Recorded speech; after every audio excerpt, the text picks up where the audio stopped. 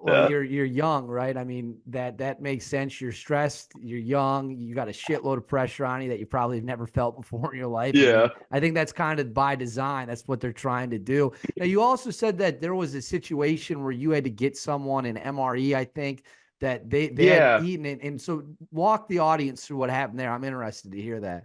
Okay. Yeah. So actually, it was one of the guys, like, I really didn't, because of how, I guess, I'm gonna say, like, serious I took basic training, I definitely, like, pissed off a lot of guys.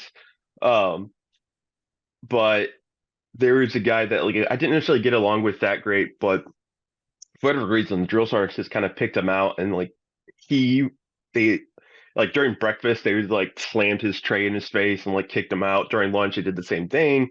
And then we go out to one of the ranges, did some training, come back for dinner, and again, like, they just would not let this dude eat. And again, since it's Georgia, you're just sweating, your body's just craving nutrients. So, like, they didn't let this guy eat all day. And then I knew where, like, we all knew where, like, the MRE locker was, and I realized that the lock wasn't, like, that great. So I grabbed a or I made, like, got some, like, notebook paper and just folded it really, like, as tight as I could and just slid it through the door, so I could pop it open. Um, and then I got in there, grabbed MRE out, um, and I knew they kept, like, a quasi count, so I was like, this could come back on me, but I just felt bad for you. Like, he was just, he was starving. Um, so, like, I basically stuck underneath my shirt, or like, the ACU blouse. And I went back into the barracks room, and I grabbed the guy and I was like, "Hey, come here! Like, come with me in the bathroom." He's like, "What's going on?" He's like, "Just come with me in the bathroom. Don't ask questions."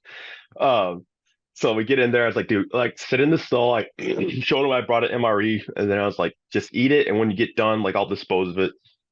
So he sat in the stall. He let me know when he was done. So I grabbed it and then I took it out of our barracks and, like, went outside and hid it in some trash so the drill sergeants wouldn't find it. That's awesome. I got to ask, what was he doing? What was going on there that the drill sergeants were messing with him to the point they didn't want him to eat? Was he making mistakes? Did he just piss them off? Um, I mean, most of it was, like, if you give, like, cadre, during, like, at least with basic or, like, with rest, if you give cadre a chance to mess with you, or if they see that they're messing with you, it's getting to you, they're just going to keep doing it until it stops.